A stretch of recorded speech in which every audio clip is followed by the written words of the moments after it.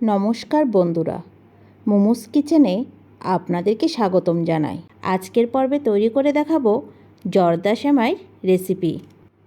আজকে এই সেমাইয়ের রেসিপিটা আমি খুব সহজভাবে দেখিয়ে দেওয়ার চেষ্টা করব, তাই ভিডিওটি না টেনে সম্পূর্ণ দেখতে থাকুন। এই রেসিপিটা বানানোর জন্য চুলাতে একটা পাত্র বসিয়ে দিয়েছি। এর মধ্যে আমি 3 টেবিল চামচ পরিমাণ ঘি দিয়ে দিচ্ছি। আমি এই সেমাইটা সম্পূর্ণ ঘি দিয়ে রান্না করব। আপনারা চাইলে এখানে সাদা তেলও ব্যবহার করতে পারেন। ঘিটা গরম হয়ে আসলে এখানে আমি দিয়ে দিচ্ছি 3টে এলাচ আর 2টো তেজপাতা। এরপর দিয়ে দিচ্ছি 14-15টার মতো কাজু বাদাম আর কাঠবাদাম। এখন এটাকে আমি একটু ভেজে নিব। একটু সময় নিয়ে আমি বাদামটাকে একটু ভেজে নিয়েছি। এবার এখানে দিয়ে দিব কোরানো নারকেল। আমি ছোট একটা বাটির পরিমাপে 1 বাটি নারকেল কোড়া দিয়ে দিচ্ছি। এবার এটাকেও আমি একটু সময় নিয়ে ভেজে নিচ্ছি। যখন দেখবেন নারকেল আর বাদামের ভাজা সুন্দর একটা গন্ধ বেরিয়েছে, এ পর্যায়ে তখন দিয়ে দিতে হবে সেমাই। আমি সেমাইটাকে আগে থেকে একটু ভেঙে রেখেছিলাম। এখন আমি এখানে সেমাইটা দিয়ে দিচ্ছি। সেমাইটা দিয়ে আমি এখন খুব ভালো করে এটাকে ভেজে নিব। সেমাইটা ভাজার সময় এ পর্যায়ে চুলার আঁচটা একদম লোতে থাকবে, তা না হলে নিচে পোড়া লাগার সম্ভাবনা থাকবে আর খেতে ভালো লাগবে না। এটা কিন্তু শুরুতে ভাজতে একটু কষ্ট হবে, পরে আস্তে আস্তে এটা কমে আসবে। আমি সেমাইটা ভাজতে ভাজতে এদিকে একটা শিরা তৈরি করে নিচ্ছি। চুলাতে একটা পাত্র বসিয়ে দিয়েছি। এখানে দিয়ে দিচ্ছি 1 কাপের থেকে একটু কম চিনি। আপনারা চাইলে চিনিটা একটু বাড়িয়ে দিতে পারেন, মিষ্টিটা যার যার পছন্দ মতো দিতে পারেন। আধা কাপ দিয়ে দিয়েছি জল, আর এখানে দিয়ে দিচ্ছি আধা কাপ পরিমাণ দুধ।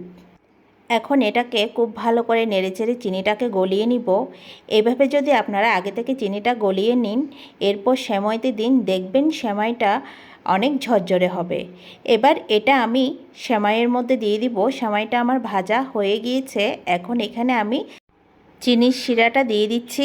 চিনির শিরাটা দিয়ে দেওয়ার পর এবার খুব ভালো করে এটাকে মিশিয়ে নিব। এখন কিন্তু আস্তে আস্তে সেমাইটা নরম হয়ে যাবে।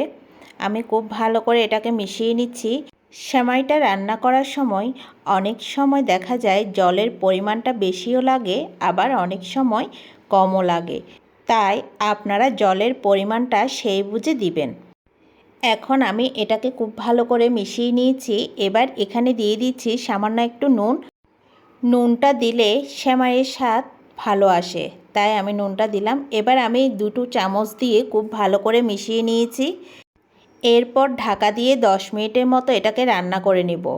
10 মিনিট হয়ে গিয়েছে। ঢাকাটা তুলে এর মধ্যে আমি দিয়ে দিচ্ছি 15-16টার মতো কিশমিশ। আবারও খুব ভালো করে মিশিয়ে নিচ্ছি। আরও 5 মিনিট আমি এটাকে ঢাকা দিয়ে রান্না করে নেব। আরও 5 মিনিট এটাকে রান্না করে নিয়েছি। এবার ঢাকাটা তুলে নিচ্ছি। আমি 2 কাঁটা চামচের সাহায্যে এবার সেমাইটাকে ছাড়িয়ে নিচ্ছি। আপনারা নিশ্চয় দেখেই বুঝতে পাচ্ছেন সেমাইটা কতটা ঝরঝরে হয়েছে। সেমাইটা রান্না করা হয়ে গিয়েছে। এবার আমি আপনাদেরকে পরিবেশন করে দেখিয়ে দিচ্ছি। আমি চেষ্টা করেছি আপনাদেরকে খুব সহজভাবে এই রেসিপিটি দেখিয়ে দেওয়ার জন্য। আমার এই রেসিপিটি ফলো করে আপনারা একবার হলো এই সেমাইটি বানিয়ে দেখবেন। আশা করছি ভালো লাগবে। সেমাইটা আমি ঠান্ডা করে নিয়েছি, এরপর পরিবেশন করছি। দেখুন কতটা ঝরঝরে হয়েছে। এখন আমি এখানে উপর থেকে ছড়িয়ে দিব কুচানো কাঠবাদাম আর পেস্তা বাদাম, আর দিয়ে দিচ্ছি নারকেল কোড়া। আমি এভাবেই পরিবেশন করেছি। তো আজকের রেসিপিটা আপনাদের কেমন লেগেছে প্লিজ কমেন্ট করে জানাতে ভুলবেন না। আর রেসিপিটি যদি আপনাদের ভালো লেগে থাকে লাইক এবং শেয়ার করবেন। পরবর্তী রেসিপি দেখার আমন্ত্রণ জানিয়ে আজকের মতো আমি এখানেই বিদায় নিচ্ছি। সবাই ভালো থাকবেন, সুস্থ থাকবেন।